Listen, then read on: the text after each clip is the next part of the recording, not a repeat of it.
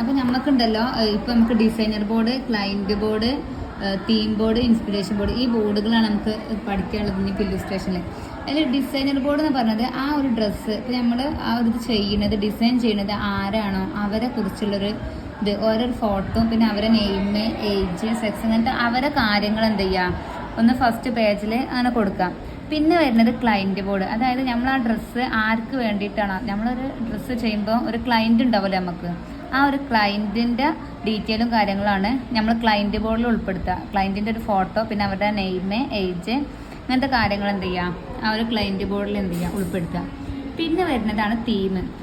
നമുക്ക് ഇഷ്ടമുള്ള തീമുകൾ എടുക്കാം. നമുക്ക് ചുറ്റും ഒരുപാട് തീമുകൾ എടുക്കാം. ഇപ്പോൾ നാച്ചർ ആയിക്കോട്ടെ, അതുപോലെ ബേർഡ്സ്, അതേപോലെ ഗാർഡന്, അങ്ങനെ ഒരു തീം എന്ത് ചെയ്യുക, നമുക്ക് ഇഷ്ടമുള്ള ഒരു തീം എന്ത് ചെയ്യുക ഫസ്റ്റ് സെലക്ട് ആക്കുക. എന്നിട്ട് എന്താണോ നമ്മൾ ആ തീം സെലക്ട് ആക്കിയത് ആ തീമിൻ്റെ ഒരു പിക്ചർ, അത് നമുക്ക് മനസ്സിലാകാൻ വേണ്ടിയിട്ട് എന്ത് ചെയ്യുക, ആ തീമിൻ്റെ ഒരു പിക്ചറിന് പ്രിൻ്റ് എടുത്തിട്ടോ എങ്ങനെയെന്ന് വെച്ചാൽ ആ ഒരു പിക്ചർ ഒട്ടിക്കാം.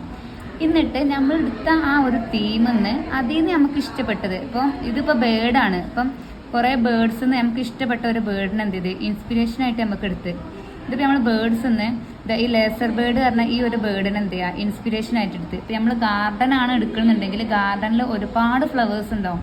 അപ്പോൾ നമുക്ക് അതിൽ നിന്ന് ഇഷ്ടപ്പെട്ടൊരു ഫ്ലവർ ഉണ്ടാവുമല്ലോ. ഇനിയിപ്പോൾ ആ ഫ്ലവറിൻ്റെ കളറ് കൊണ്ടോ അല്ലെങ്കിൽ ഫ്ലവറിൻ്റെ ആ ഒരു ഷേപ്പ് കൊണ്ട് നമുക്ക് ഒരു ഫ്ലവർ ഇഷ്ടപ്പെടും. ആ ഒരു ഫ്ലവർ എന്ത് ചെയ്യാം നമ്മൾ ഇൻസ്പിറേഷൻ ബോർഡായിട്ട് സെലക്ട് ചെയ്യാം. അപ്പോൾ ഏതാണോ നമ്മൾ ഇൻസ്പിറേഷൻ എടുക്കുന്നത് അതിൻ്റെ ഒരു ഫോട്ടോയും എന്ത് ചെയ്യാം അവിടെ ആഡ് ആക്കാം.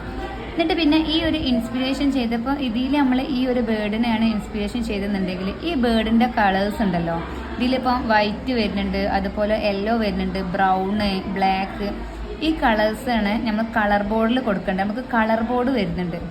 നമ്മളതിൽ കളർ ബോർഡ് വന്നാൽ നമുക്ക് ഒന്നും കൂടെ മനസ്സിലാക്കി കൊടുക്കാൻ കഴിയും കുട്ടികൾക്ക്. കാരണം നമ്മൾ ആ ഇൻസ്പിറേഷനായിട്ട് എടുത്ത ആ ഒരു ഇതിൽ എന്തൊക്കെ കളേഴ്സ് വരുന്നുണ്ടോ ആ കളർ വെച്ചിട്ട് എന്ത് ചെയ്യുക ഒരു കളർ ബോർഡ് ചെയ്യിക്കുക.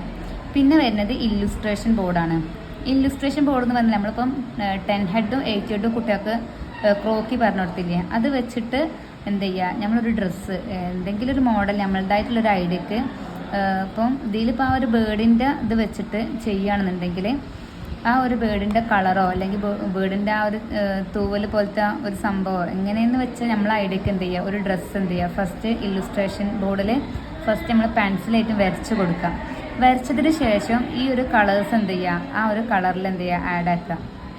ഇതാണ് ഇത് നമ്മൾ ആ ഒരു ബേർഡിൻ്റെ രീതിക്ക് ബ്രൗണ്, ബ്ലാക്ക്, യെല്ലോ, വൈറ്റ് ഈ കളേഴ്സൊക്കെ വെച്ചിട്ട് എന്ത് ചെയ്യുക ഇല്ലുസ്ട്രേഷൻ ബോർഡ് കംപ്ലീറ്റ് ആക്കുക. നമ്മളിപ്പോൾ എന്താണോ ഇൻസ്പിറേഷനായിട്ട് തിരഞ്ഞെടുത്തത്